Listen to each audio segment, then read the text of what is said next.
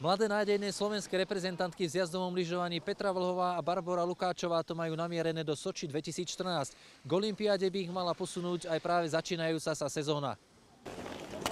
Ešte len 17-ročná Petra Vlhová odštartovala novú sezónu 2 druhými miestami v slalomoch Európskeho pohára. Vôbec som nečakala, že takáto sezóna bude na začiatku a dúfam, že budem pokračovať v tomto aj naďalej. Petra tými výsledkami v úvode vo švédskom Vemdalene potvrdila, že vlastne urobila určitý posun oproti minulému roku. Takisto tie FISové preteky v obrovských slalomoch boli značný ukazovateľ toho, že tú formu vylepšila aj v obrovských slalomoch. Bronzovú medailistku z juniorských majstrovstiev sveta čaká 29. decembra v Semeringu premiérový štart vo svetovom pohári.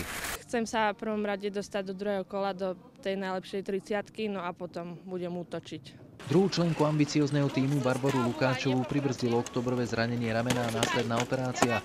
Hlavnejšie druhé a tretie miesto z nočných slalomov Európskeho pohára bude môcť obhajovať najskôr v novom roku. Myslím, že koncom januára už tie prvé preteky budú a samozrejme Európsky pohár je moja meta, Svetový pohár taktiež, aj majstrovstvá sveta. Počas celého toho zranenia som neprestala trénovať, ako kondička mi neodišla.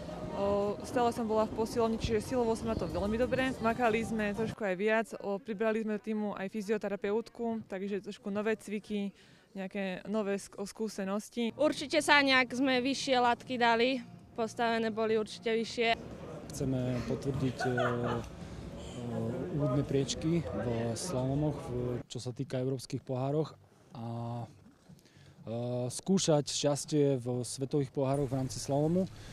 Obrovský slalom, vlastne budeme skúšať lepšie FISové preteky a európske poháre, čo sa týka Peti. Dúfame, že Barbora sa čoskoro dostane do kondície, aby sa mohla pripojiť k týmu.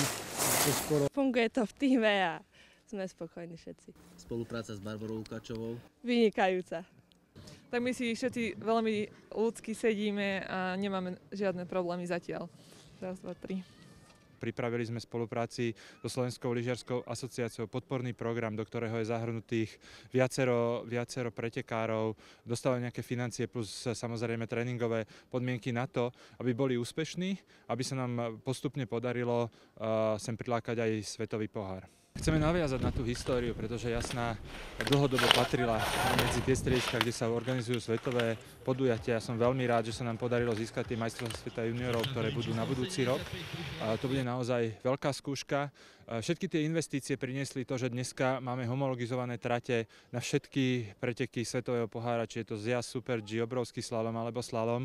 Verím, že to prinesie taktiež tréningovú základňu pre menších pretekárov, pre decká, ktoré postupne by mohli vyrásť a nasledovať tých top pretekárov súčasných. Ten ďalší program, ja v utorok odchádzam na tréning do Talianska a potom nasleduje v Courchevel vo Francúzsku 2 európske poháre a potom FISové. Prídem domov, oddychnem si trošku a idem na svetový pohár do Semeringu. Budem teraz doma, začnem pomaly trénovať tu na Jasnej.